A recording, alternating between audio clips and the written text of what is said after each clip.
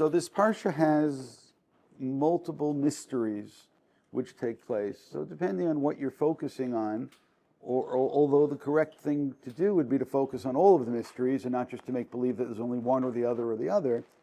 But you pick your mystery. Is the mystery, if you want to be overly halachic, the mystery which is expressed by Chazal regarding the para aduma, regarding how he who's pure becomes impure, who's impure becomes pure, and you have this logical challenge involved in it? Or do you say that perhaps the mystery over here has to do with what exactly took place, whereby Moshe gets this incredible punishment, and Moshe and Aaron, and they're told that they can no longer continue on their task. A couple of years ago, I gave a class where I showed that those two questions were interrelated, which I'm not going to follow up on now, but I did claim that Moshe did become the Parah Aduma, and that the two of these were connected.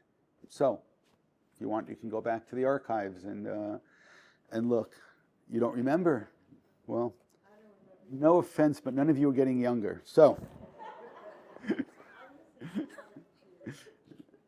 okay, so, I know, and I remember it because I particularly liked it, and I actually thought it was true. So let us begin. So we're skipping the whole paraduma right now. Vayavo b'nei Yisrael kol eda midbar tzin b'chodesh harishon. So I'm stopping already, and I'm just going to point out that I know that this is one of these parshiot, like many others, that you think that you know. I don't mean to be condescending, it just happens. So it's one of these parshiot you think you know what the words say, and you think you know what is going on over here. So I think I'm going to read a little bit and just maybe like point out some things along the way. And what we're trying to do today is really broad strokes over here, really something which is much, much bigger than what we're looking at right over here, because I think that this is part of something which is much broader, and hopefully we'll see that sooner rather than later. Vayivo b'nei Yisrael, so stop. What's the first thing that you note? And this is going to be a general Bamidbar issue every single time. And what is the name that the people are being described as? And the answer over here is b'nei Yisrael. The only problem is that within the same verse, two other terms are going to be used.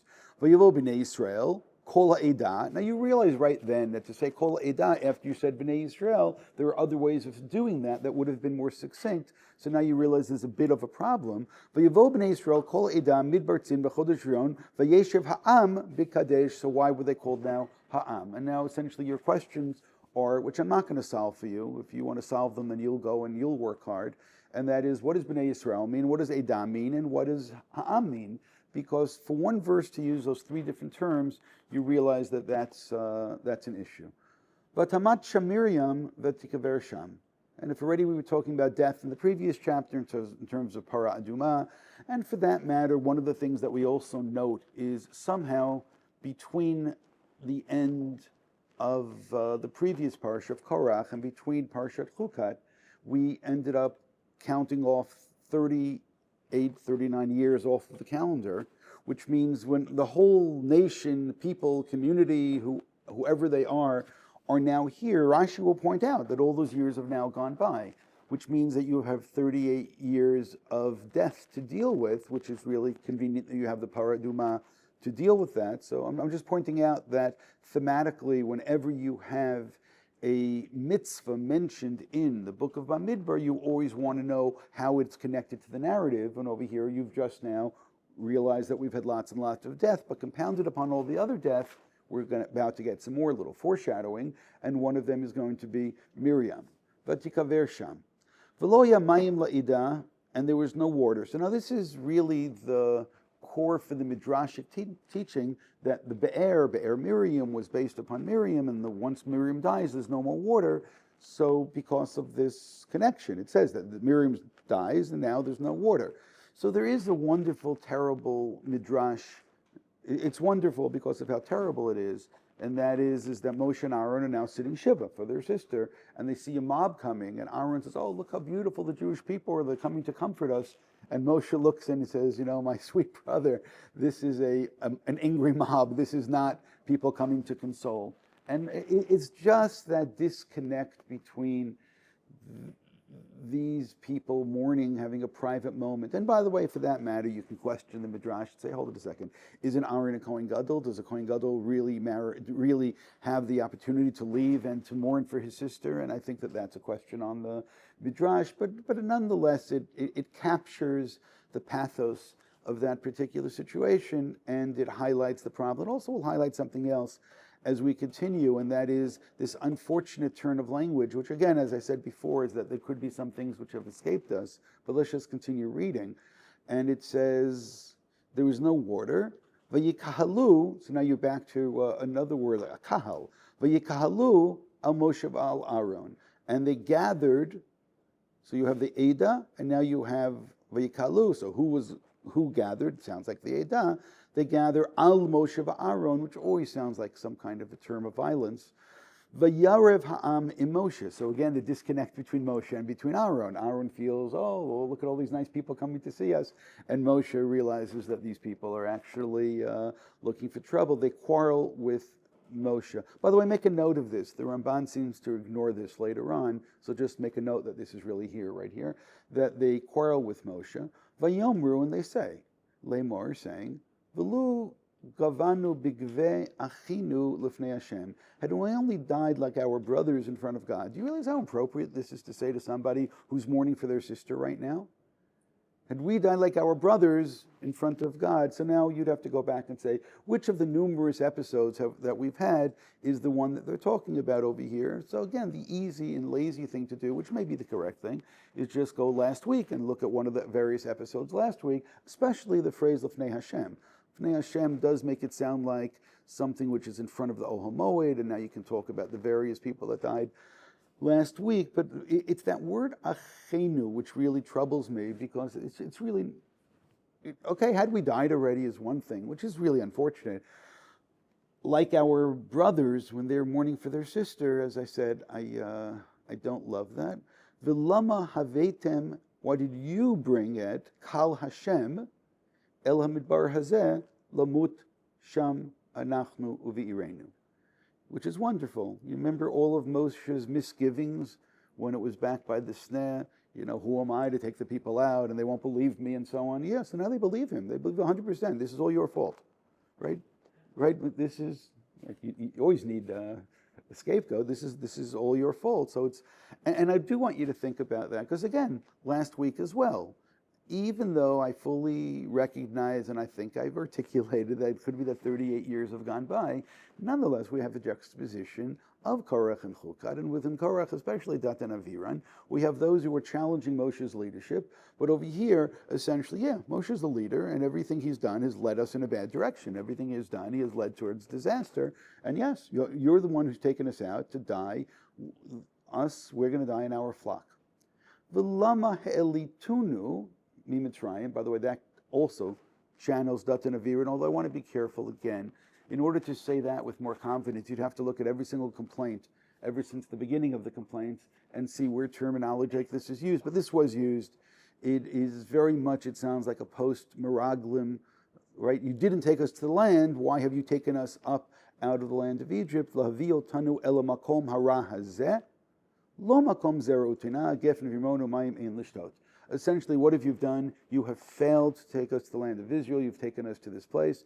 Now, part of the irony with this is that by the end of this week's parsha, we're going to start the conquest. I don't know if you realize that, but there's going to be a couple of skirmishes, and there's going to be a couple of battles which are going to take place, and there will be those who will be the beneficiaries of that, especially, let's say, Shevet Reuven, Gad, and half of Menashe eventually, but that's because we capture these lands in this week's parsha. This is the beginning of capturing land which will one day become part of the land of the 12 tribes. So over here to say that, you've taken us over here and make note of the flocks as well, which is something that Bnei Reuven and Gad are going to make note of later on, why they're going to want to stay on this side. You've taken us to this terrible place, and essentially you have failed. That's what they're complaining. Okay, so we'll pause here up to Pasuk Vav. Of course not. No, of course not. Some of them maybe were very young, under the age of 20, and that's part of the important background to all of this, which means that after everything which has happened, you have the next generation channeling the complaints of the earlier generation, which itself then becomes interesting in how you're supposed to respond to them. Do you respond the same way, or do you respond in a different way? Do I say, oh no, this is a whole new generation, or maybe I don't? Pasuk Vav, Vayavo Moshe ve'Aaron. So again, the complaints against Moshe, but the two of them come.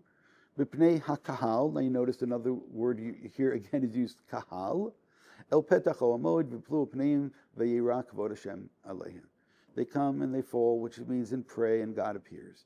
Vaydaber Hashem el Moshe, lamer, God speaks to Moshe, kach et hamateh, take the staff. Now at this point it doesn't say which staff it is, and there are at least two possibilities of staffs. What are the two possibilities? One is Moshe, one is Aaron. Last week, by the way, Aaron's staff was mentioned and was used and was utilized and was placed in a particular place, but over here it doesn't tell us which one it is, and that itself is interesting.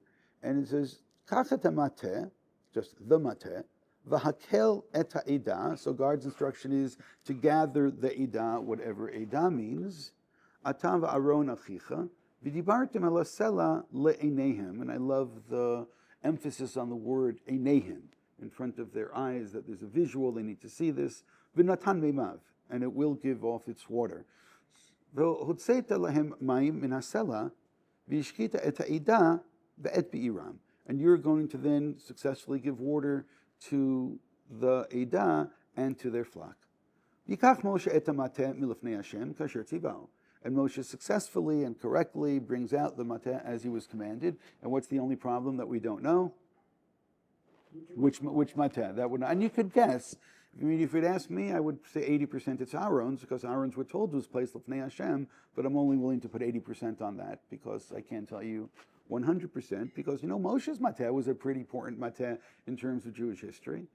By the way, in terms of the history of magic in the Middle Ages, Moshe's mateh becomes something which is incredibly important. So what happened to Moshe's mateh? Maybe a good place to put it, l'fnei Hashem. V'yikahalu Moshe v'Aaron et kahal.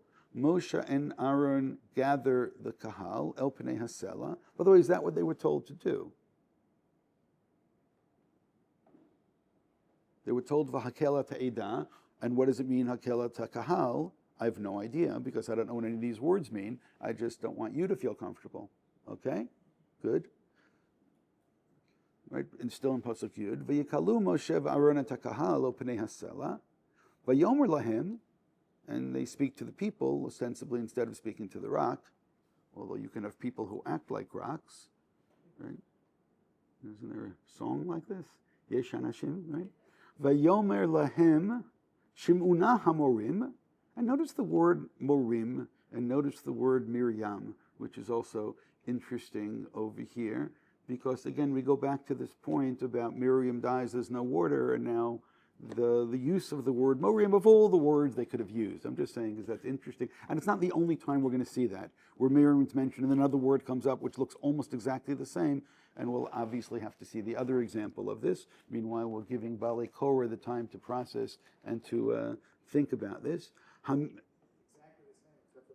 Except for the vav, good. Hamin hasela hazeh notzi lachem mayim. From this rock will we extract water. Vayarim Moshe et yado. Moshe lifts his hands. Vayach et hasela b'matehu. So matehu, what does that sound like? Yes, that sounds like it's his staff, just in case. I told you there's at least 20% till now. And this kind of leads it in one direction, that it was his staff. And that itself becomes interesting, because now you have to go back and start thinking, where does Moshe's staff come into the story? When did it enter in, and why is it important along the way? And it is important, but hold on to that.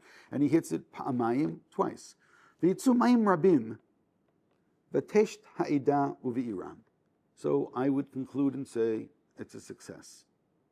V'yom Hashem Moshe v'Aaron yan lo ha'emantem bi l'haktisheni le'inei b'nei Yisrael. It goes back to that term, in front of their eyes, the eyes of b'nei Yisrael, because you didn't believe in me to sanctify me in front of the eyes of b'nei Yisrael. L'chein lo taviyat hakal hazeh. Okay, so again, notice b'nei Yisrael, hakal, and so on once again. El ha'aretz asher natati lahem. And everything would be good until we get to the final verse here. Hema me meriva.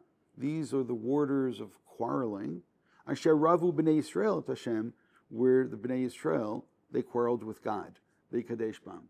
It means at the very last verse, all the blame is placed upon the people, and not, as you would have thought till this point, that it was blamed upon Moshe. So I'll say it again. If you take out that final verse, you can then go on and give the shir that you wanted to give, and you can go and say all the things that you want about how Moshe and Aaron's the big mystery over here. So that's the third mystery, by the way. What Aaron had to do with any of this, what he did wrong, right? So, and the simple answer to that is that Aaron's job is to speak, and he didn't speak. So by not speaking is what the problem is. But nonetheless, you have the mystery of the Para Aduma, and you have the mystery of what happens over here to Moshe. But then you have that additional mystery. So what is it that happens to Aaron? But now you have an additional mystery, is that the concluding statement over here, editorial comment coming from God is, Hema Meimir Vasher Ravu B'nai Yisrael Hashem, V'Kadesh Bam. That the problem is, as always, the problem is with the people. The leaders are good. It's the people that need to be replaced. So I hope that that's enough, at least as an introduction. I'm going to read a little bit more just because it's here on the page, which I guess we put it on the page. V'yishlach Moshe malachim mikadesh o melech Edom, and Moshe then sends emissaries. By the way, those words itself, v'yishlach Moshe malachim, should remind you of something else, and what's that? Yaakov, Pashat v'yishlach Yaakov malachim. And who does Yaakov send malachim to? To Esav. V'yishlach Moshe malachim mikadesh o melech Edom. So now, I hope that you noticed that. That's, by the way, why we did that, is in order to say, hold it a second, maybe we do have to go back to the Yaakov story. And of course you're going to say to me, why should we go back to the Yaakov story? Well, I just gave you a reason to go back to the Yaakov story. But on top of it, they can say, Ko amar achicha Yisrael. But now notice before you have Moshe's and Aaron's sister dying, and you have the people saying that only if we died like our brothers, and now guess who shows up then? Their long lost brother, right, is over there. So I'm just saying is that I don't want to stop that previous section. That's why I'm saying there's something broader over here which is taking place. And there's also going to be a problem with the people, which I'm going to say it again. The odds are pretty strong that you didn't necessarily note it, but let's take a look because it will become very obvious in a moment. And I want to connect it to this episode as well, and not just make believe it's a new episode. Kol mar chichi Yisrael, ata yadata kol tla Hashem matzatanu v'yered avotenu miMitzrayim v'neshav Mitzrayim mimrabim v'yirei lanu Mitzrayim levotenu. We went down to Egypt and life was difficult. V'nitzak al Hashem, which is interesting because you have, again, just because we've done this before as well, so I'll just do this in a very brief way, that essentially there are two things that one could do. One can speak to the rock or hit the rock, which is the question of yad, right, or peh. Akol Yaakov Yadayim Yadei Esav. So what happened over here? That he used Yadayim of Esav, and who shows up? Then Edom shows up. On the other hand, you were supposed to speak to the rock, which was the pen. Now, when Moshe says, "V'natzak el Hashem v'yishma kolenu," but we used the Kol Yaakov and we prayed, and God responded. Right? Do you now see that this is connected or no? I don't know how hard I have to work to try to convince. You're a tough audience, so I don't know. But it's no. I hope that that's really. Let me put it this way: if you don't see it, it's all on you. It's, again, we have to replace the audience. But which is interesting. And he sent a malach. And who's the malach who took him out of Egypt? So I'm just going to leave that as a second, because that's really interesting. And here we are at the edge of the border. Nabrana ba'artecha, let us pass by. We won't drink any of your water. Now that's really interesting, because I now can go back to the previous section and say, you guys need to practice not drinking, because we're going to have to go through an area now where you're not going to drink. It's okay. You can live without drinking a little bit. We'll have mun. We'll have other things to bring us nourishment. And instead they freak out because they have nothing to drink. But it's really interesting because Moshe says, we're not going to drink.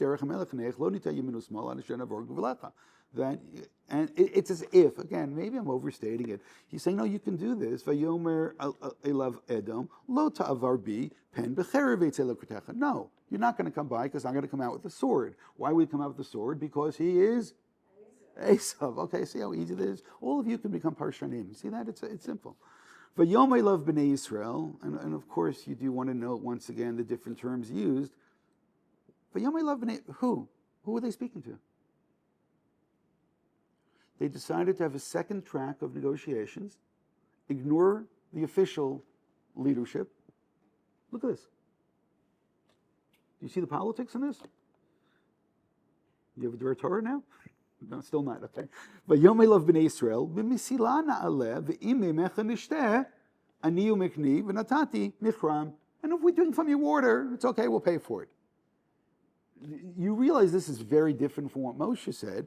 Rak ein devar b'reglei avura v'yomei lo tavor v'yitzadam lukutam ba'am kaved uviyad chazaka.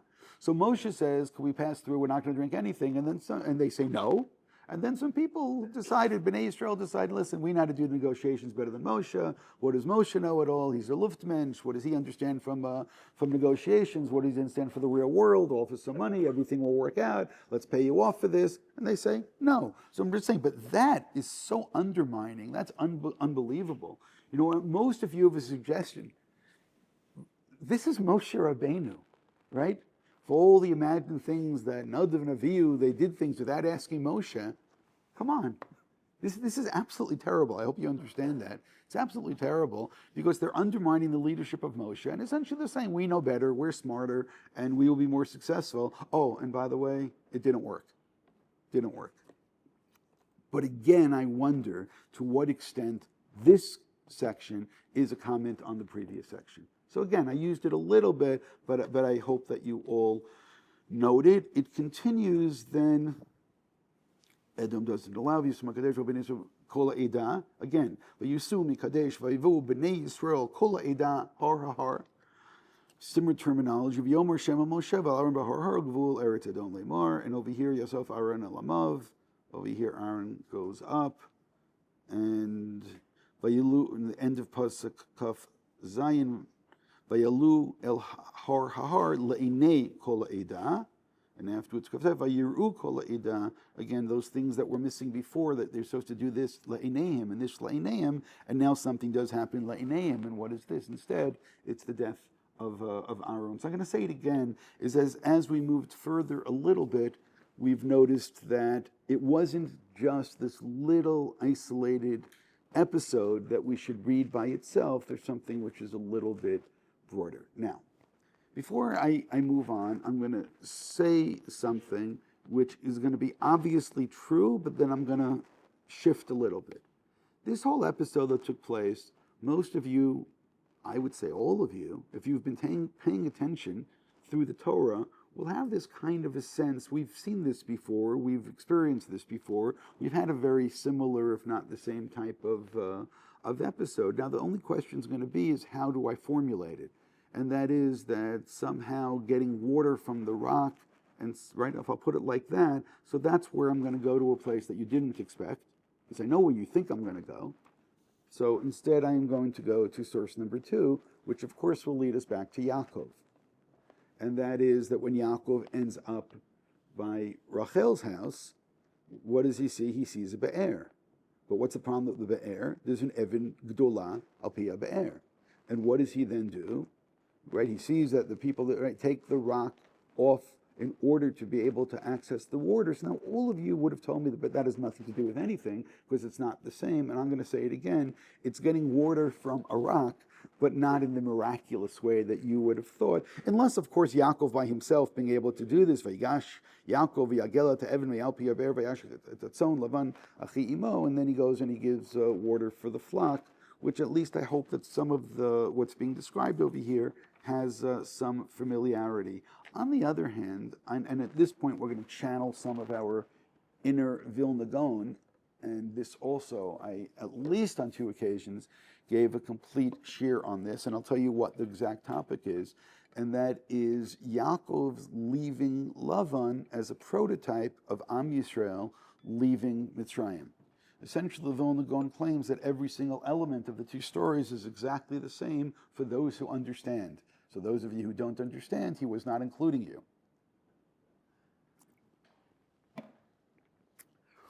But one of the things, which is obviously the case, and so this is all based on a passage in the Tekune Zohar, so one of them is going to be based upon source number 3. We have a couple of verses here, 3 verses. V'yikach lo Yaakov makel, livneh, lach, luz, va'armon, v'yafatzel b'hem tzalot, levanom. Now, all of this is stuff we don't understand. Asher ala maklot.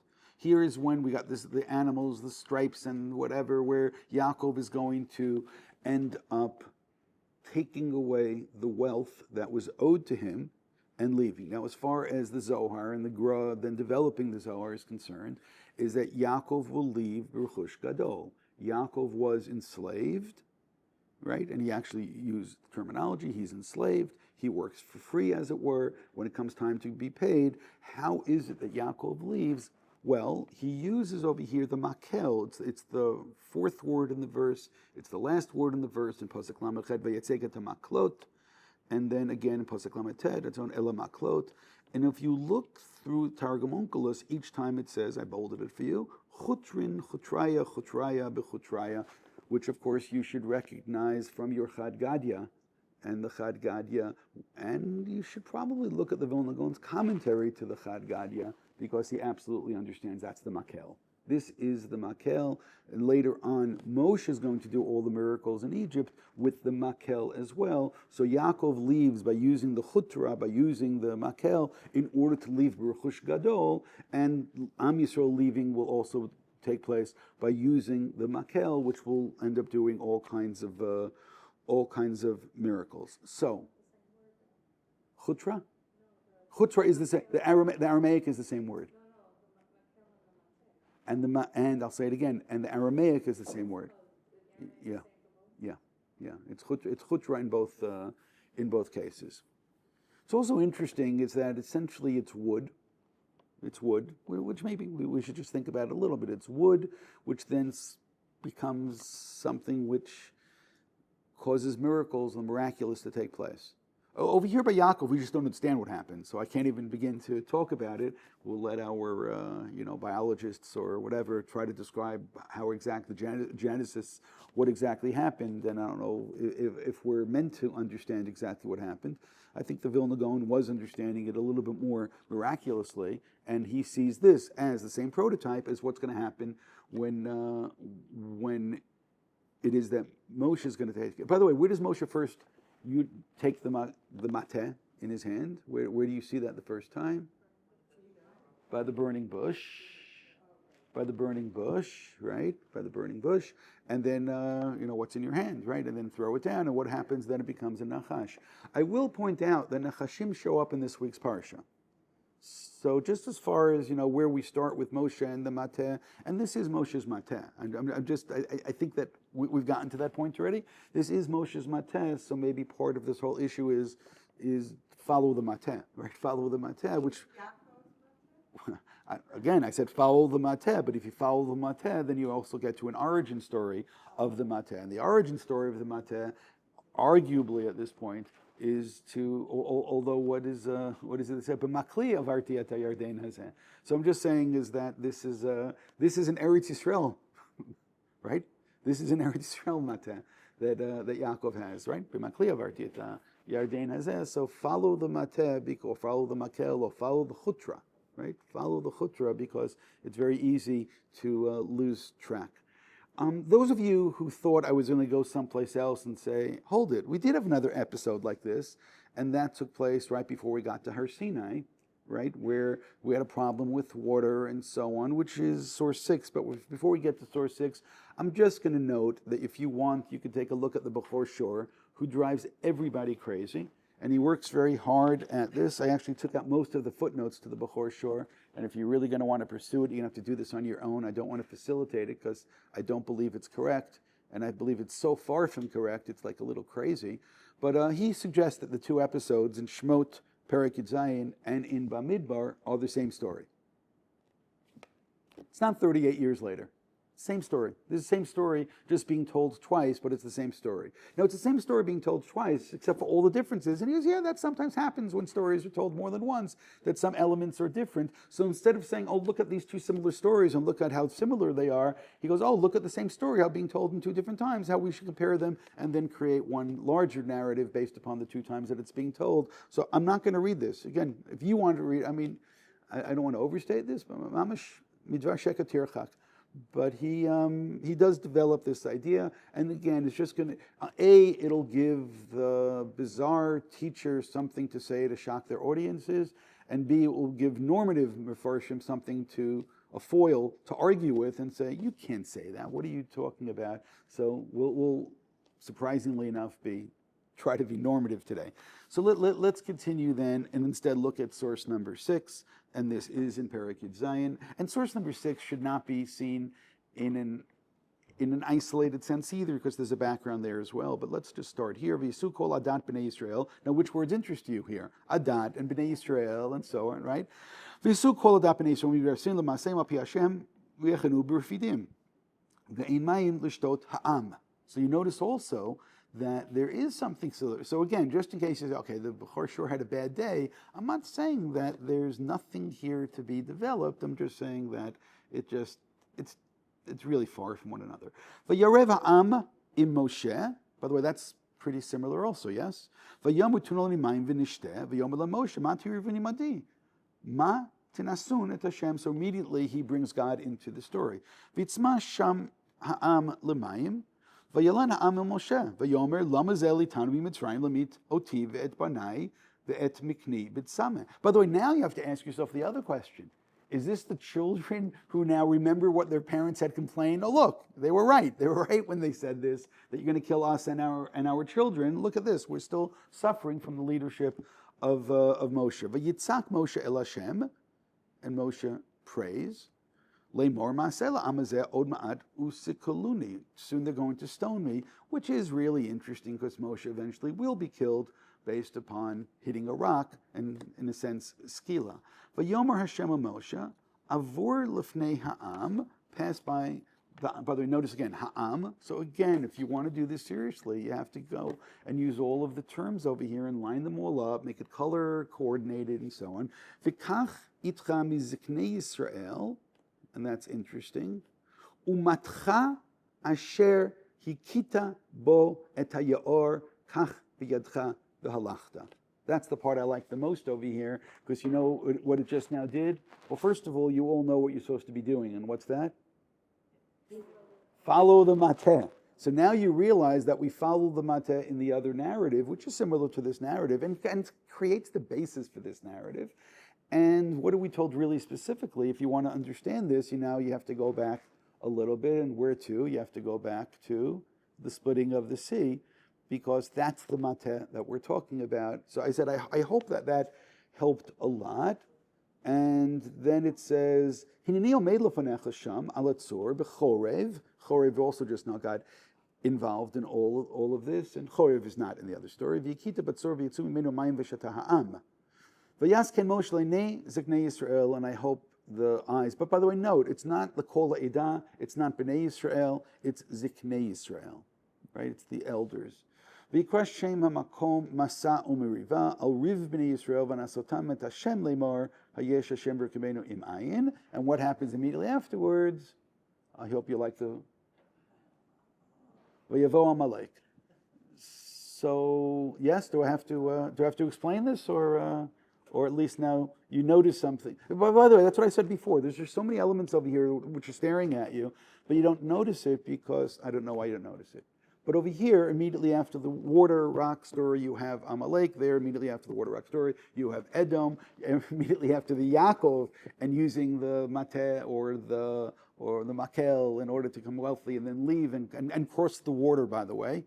Cross the water over to come, and then what happens afterwards? Veishlach malachim el Esav, and then you have Esav. So therefore, Esav, Edom, Amalek. So I think that you realize that there's some kind of a connection over here which is taking place. In source number 7, of course, we go back to the splitting of the sea, or at least the introduction to the splitting of the sea. And what happens over here? The people are being chased, and Egypt has found out. By the way, over here it is the same language as it is by Lavan, and they hear that they left, and there's a 3-day head start, and then they start chasing after them, and there's going to be this confrontation by 7 days. All of that is the same. And over here, if we'll go to Posuk Yud, Posuk Tet was V'yirdefu Mitzrayim Achareim. Posuk Yud is Paro Hikriv V'yisu B'nei Et Eineihem. They lift their eyes and they're coming. Egypt is coming. V'yiru Ma'od V'yitzaku B'nei Yisrael Hashem. V'yomer El Moshe Hambli In Kfarim B'Mitzrayim. So this may be one of the first times that we're hearing this, just in case you're looking for where they start complaining. There are no graves in Egypt. Again, already complaining against Moshe. Moshe, what did you do by taking us out? Leave us alone, let us serve Egypt. It's better for us to serve Egypt than to die in the desert.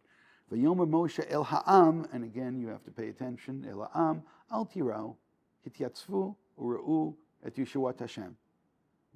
See, one of the things which is missing in our story about hitting the rock is God is never mentioned in this. And again, you just think of what... You forgot where we are already, right? You got lost. In Parshat Chukat, what was Moshe supposed to say to the rock? God said, give forth your water to the people. God was removed from the conversation. Remember? Okay, I'm sorry. Sorry for doing this right now, but I guess we have to do this. What does God say in source number 1, Posuk Chet?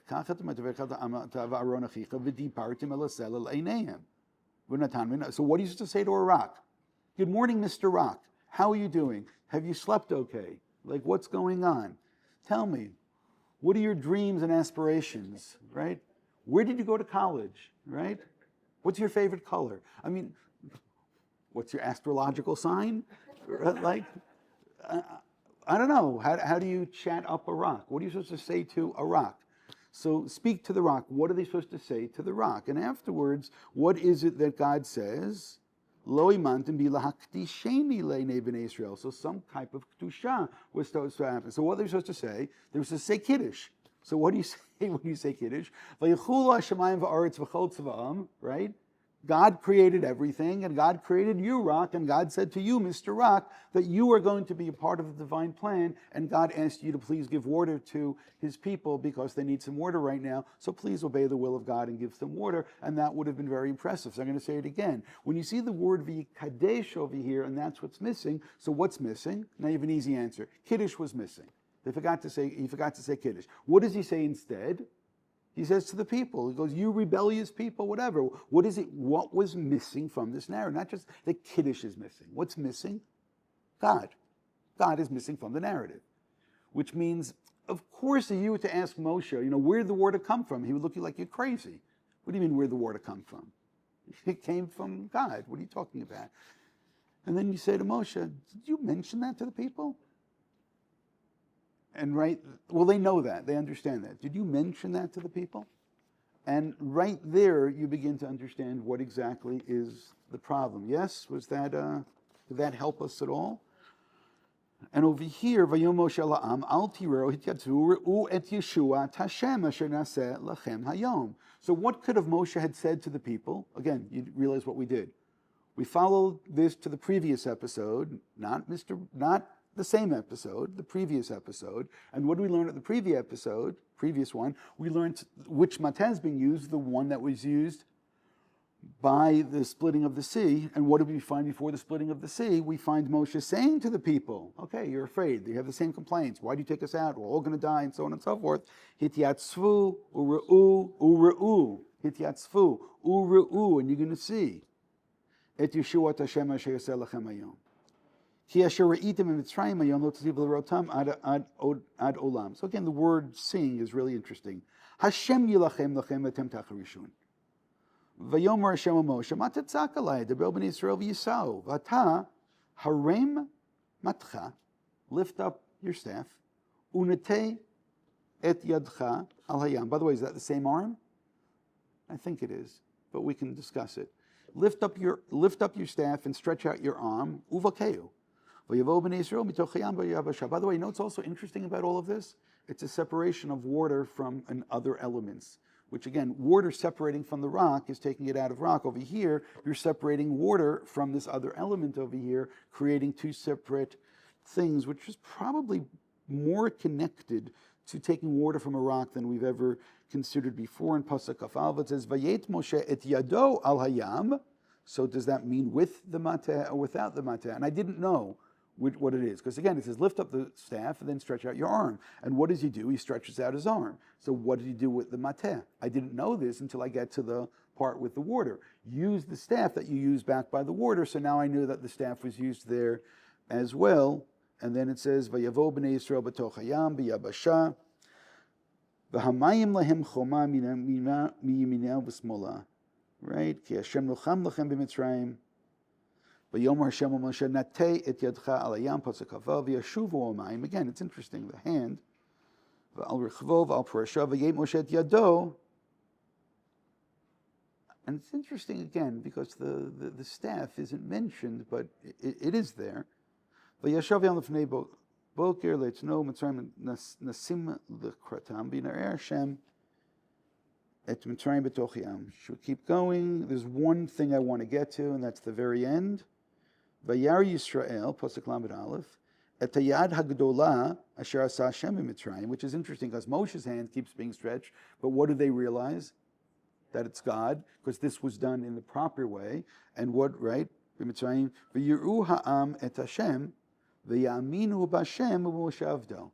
And they believed in God and in Moshe, his servant. Now, why is that particularly interesting to me today in Parshat Chukat? Because what does it say? L'man lo hemantam li lachtisheni.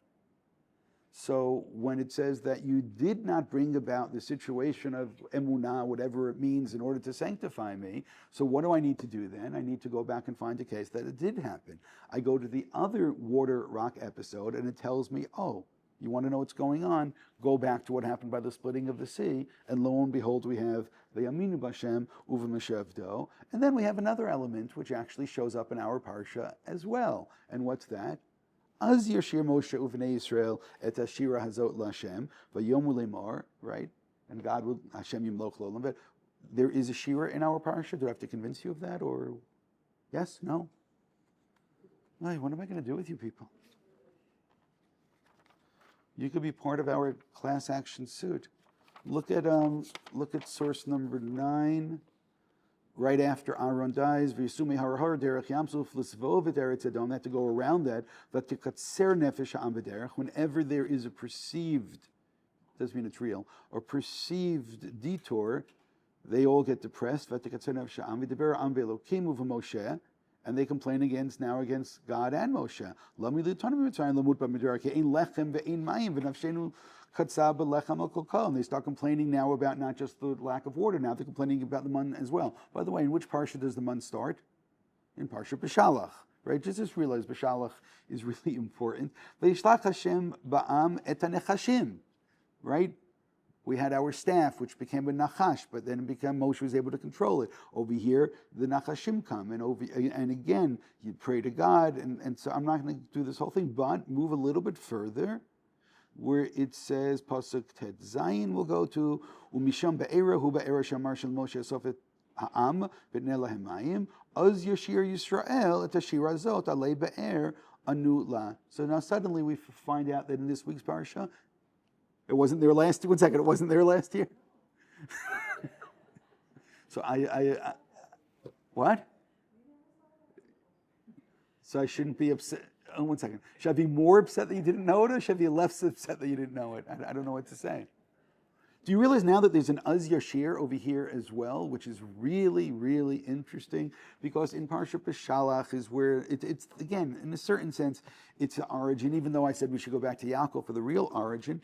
But we have also the stop along the way by Chorev, which is really where the water is flowing from. But by Chorev is where Moshe has the mateh for the first time, even though Yaakov's mateh, or makel, is one that came from Eretz Yisrael. And it was used in order to leave Rechush Gadol, and Moshe's was used in order to all these kinds of miracles, and we're told to go back to specifically the splitting of the sea, but by the splitting of the sea, something important took place. And what is it that took place? What is it that took place? What took place was that the people, Vayaminu. Yeah.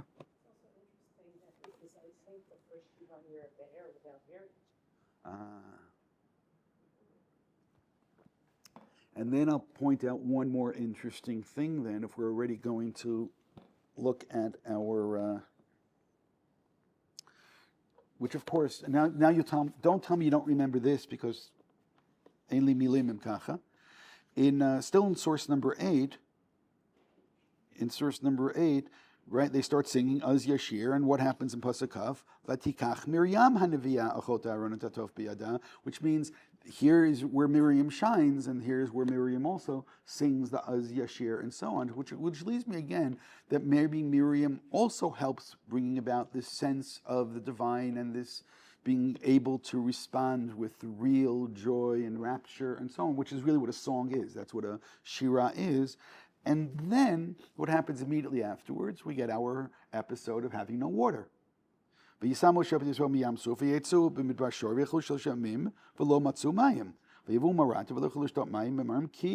next word? Marimhem. And you look at those letters again and you say, wow, that's interesting. Because you have the Miriam episode and then the Marim. You have the Miriam episode in death, and then you have Marim. And you just look and you say, no, this is not connected, unless of course it's connected. Good. So it's also interesting, how was the water sweetened there? And that is in Pasuk Kafei, V'yitzak al Hashem v'yireu al etz v'yishlach al hamayim v'yimteku hamayim. Again, a tree or some kind of wood is being used to solve the problem. So that's why I said that what I'm doing today is really broad strokes, and I hope that you see this, but I hope that once you see this, you can't unsee it.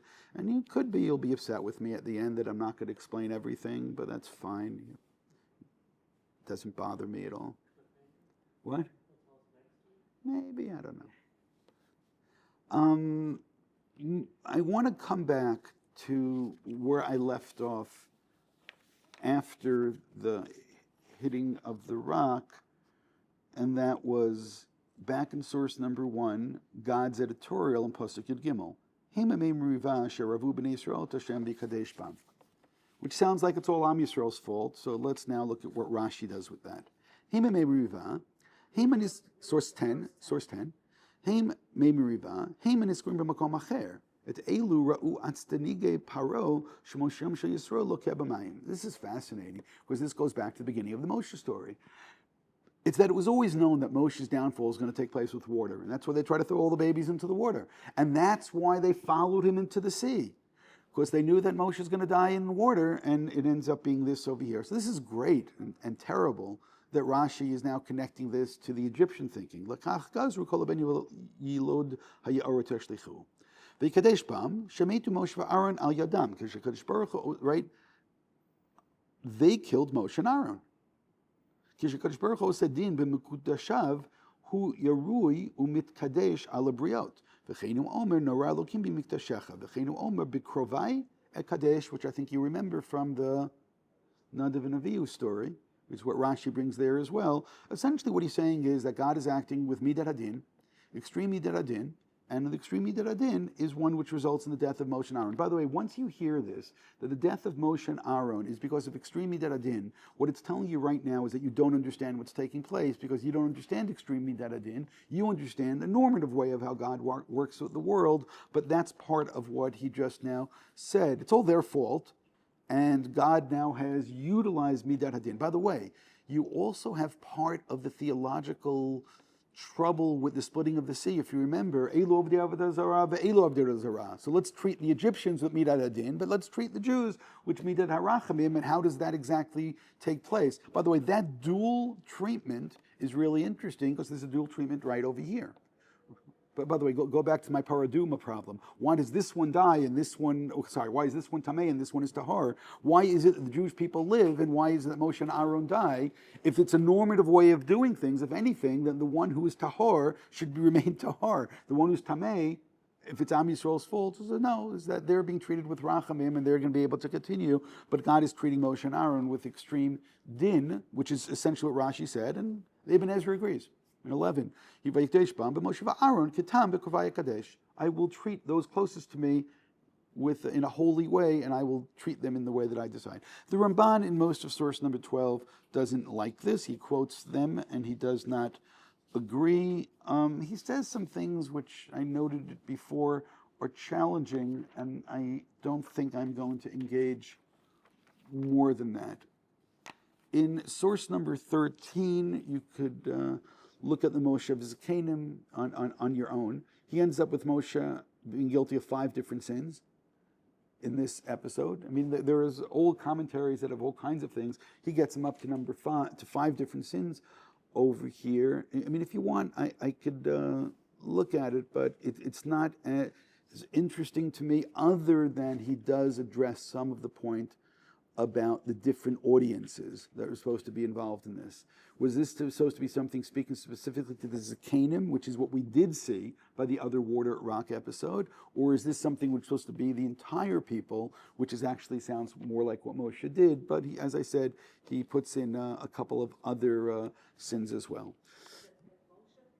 Yeah. Now, if you look at the Malbim in source 14, the first thing you notice is that he goes on for a while. Part of what he does, especially where it's bold in that second paragraph, is that he essentially argues the kind of argument that most of you would argue, and that is, in the modern Hebrew would be, zelo fair. Zelo fair. It's not proportionate, right? There's disproportionate punishment. V'adayin nishar leva'er, איך אפשר שבעבור דבר קל כזה נגזר עונש כזה על שני שרי צבאות ישראל. בפרט שהיה להם התנצלות שציווי זה היה רק על תנאי אם נקהלו העדה שהם הסנהדרין, ועוד שבסדר דברים הזכיר עונש משה וגזירתו אותו בתוך גזירת המרגלים. And he goes into some other places, which is really much more of a Dvarim problem, but his first problem is it's disproportionate. The way that I've articulated this in other years, it's almost like Moshe, what we would call this when I was a kid is Simon Says, right? And what? Right, I told you, that's the other mystery, what Aaron did. But with Moshe, okay, hit the rock, speak to the rock. Last time, speak to the rock, hit the rock. Why take the staff to speak to the rock? You take a staff in order to hit the rock, which means it was somewhat misleading and it was difficult and so on. And I'll say it again, it seems disproportionate. And that's part of the challenge that we have. And then he goes in, which for me, or people who've heard me discuss this kind of an issue, he says something which I've said word for word. I don't know if I've ever seen this particular Malbim before, but Rav Soloveitchik was very fond of this kind of an approach as well. And what it essentially leads us towards, and as I said, it's worthwhile reading this, but what he leads us towards is this understanding that, and then I want to explain it, okay? It's that Moshe can't go in. Moshe can't go in not because of Moshe's inadequacy, not because Moshe did something wrong. It's the opposite is true. God had to engineer that Moshe would do something wrong in order to create a situation that Moshe can't go in. Why? Because if Moshe goes in, then everything changes. If Moshe goes in, then he builds the Beit HaMikdash immediately. If Moshe goes in, then everything happens, the conquest, everything happens immediately. And if Moshe goes in, essentially we have this quick start toward the end of days. And the answer is we're just not ready for that yet. It's just not ready. We're not ready. So the way that I want to frame this now, and as I said, it's worth reading it because he really goes into detail of how if Moshe goes in, everything is good, and that's why Moshe can't go in. But which, by the way, turns his question into the answer. It's disproportionate, it's not fair, and the answer is correct. It's disproportionate and it's not fair, but it can't be. We can't, I mean, and he's saying, look, because of this little thing, look at all these good things that didn't happen. Exactly. It's not that Moshe did something that he's guilty, it's that Moshe did something that it's not possible for Moshe to go in because of other considerations. So I just want to maybe phrase it like this. The selection of Moshe, which goes back to his birth, the selection of Moshe, which goes back to the burning bush, the selection of Moshe, which is connected to Har Sinai, and again, I skipped over the sea, the splitting of the sea. This lecture of Moshe, we see all kinds of places. And there is this tragedy about the selection of Moshe in terms of his own feelings of inadequacy, and which only makes him more attractive, by the way. It only makes us feel all the more so that he's the right person, and his humility and his ability of prophecy and his ability to fight for the people and constantly to fight for the people. But it's at some point Moshe is told that your task has come to an end, not because you're not good enough, because you're too good and you can't continue to that next place. And therefore I need to have, just like I created you, and just like I gave you this staff and now I'm taking away the staff, just like I created a situation that all the people are going to believe in you, which is what he doesn't believe is, how can that happen? No, God's going to create a situation they're going to believe in him. They're going to believe in him by the splitting of the sea. They're going to believe in him at Har Sinai. So now there's going to be a situation that because of the slightest turn of phrase, that he did not use the situation to create emunah and to say kiddush, the way I put it, and to create this God consciousness, which is what really is necessary. And so therefore, okay, good, you're relieved of your duty. But it's disproportionate. Of course it's disproportionate, because Moshe didn't do anything to not deserve to continue. Is that these people can't have Moshe continue, because the consequences of Moshe continuing are simply too great. And just like God one day chooses Moshe to lead, one day God chooses Moshe to step aside and say, time has come, someone else to take over, and that's it. And I think that's the reason why we get such a sense in this week's Parsha of the inverse or the flip side of all those things that were happening from the beginning. The mun falls, here they're complaining about the mun again. Of the water is presented, and here suddenly there's no water. And maybe they don't need water right now, I'll say it again, to cross through to Edom, and they don't know that, and they're, okay, we'll pay for the water. And you just realize that they just now bypassed Moshe, and maybe there are consequences to that, to bypassing Moshe. They're saying, okay, we really don't need you anymore. And correct, and God is saying, yeah, they'll continue on and they'll be okay. It's not going to be the same okay, right? That's important. It's not the same okay. But now that you realize is that there is a lot of closure over here, you're going to use the staff, Moshe's staff, which is the same staff he used in the other situation, which is the same staff that's used by the splitting of the sea. But all of that was to create emunah. Over here, the emunah is withdrawn, as it were, and Moshe is withdrawn. And Moshe is taken out of the situation, and it's at this point they're going to carry on, and Moshe is going to stay on this side of the Jordan, which is really quite tragic, but that's the way that the story needs to continue. In the same way that God can appoint someone to lead, God could tell that person, okay, the time has come for your leadership to come to an end, and now it's time for the next leader to take over, not because you're guilty, not because it's proportionate, not because you did such terrible things. Quite the opposite. It's really minor. You know what you meant. Maybe even they knew what you meant. Could have been done slightly better. And how can you, that's such midat hadin to say, Moshe, you could have done this a little bit better, and that's why you're going to stand aside, right? You got an A, but you could have gotten an A plus over here. And you say, like, what are you talking about? No, this is as far as we're going with this. And therefore, there's this mystery. And believe me, this mystery is no less than the mystery of the Paraduma. And as I said in the beginning, maybe it's even the same mystery.